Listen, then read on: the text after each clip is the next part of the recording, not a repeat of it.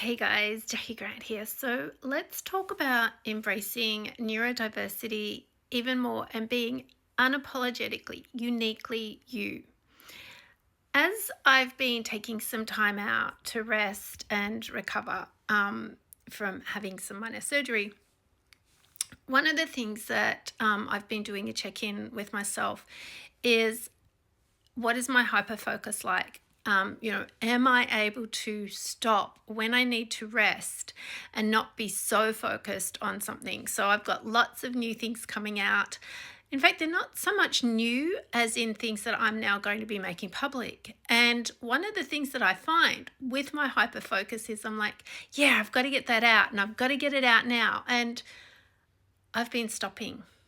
I've been stopping and thinking, how does this really apply to me if I rush it? Like, what happens if I rush it to get it out because I'm hyper focused? What if I stopped while I was working on something and had regular rests, which my body needs to heal? Now, I've been applying this strategy for the last few weeks, and I'm finding that I'm getting better quality work out. That while my hyperfocus is a really great tool to set alarms to remind myself to stop, to rest, to say, it's okay to stop here. You can come back and hyperfocus on that a little bit more later if you like. Now, the other part of living with autism traits is that often I'll sit and think, I have to get this right. It has to be absolutely perfect and right. But what is perfection?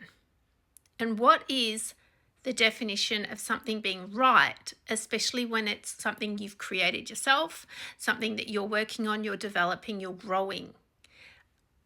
After all, there are so many different versions or stories or perceptions of what is right and what isn't. And connecting back in with this and knowing myself so well and knowing my traits has actually helped me to stop, to refocus, to center my focus on being present and accepting where I'm at right now, accepting that as much as I'd like to keep going and smashing things out and getting things done really quickly, as much as I would love to do all of that, my body needs me to rest.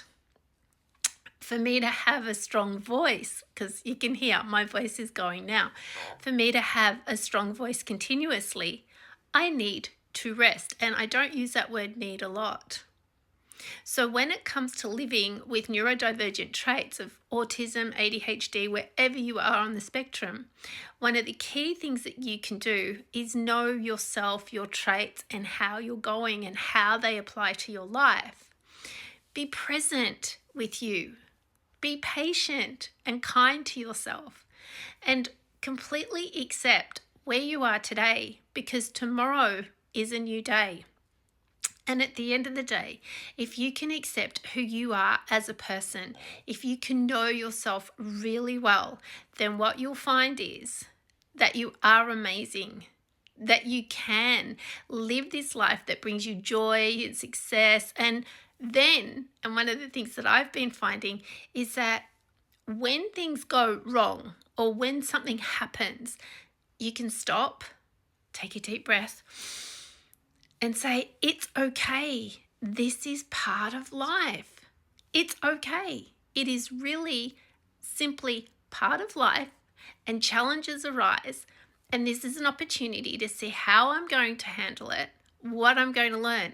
Now, this has been taking me a lot of work. And yes, I have a few people that I work with to help me develop strategies and check in, or to just be supportive.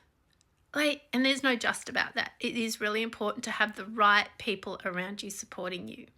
So living with neurodivergent traits can be the most amazing gift. And what makes it even better is knowing yourself, being yourself, and accepting yourself and seeing amazing opportunities before you.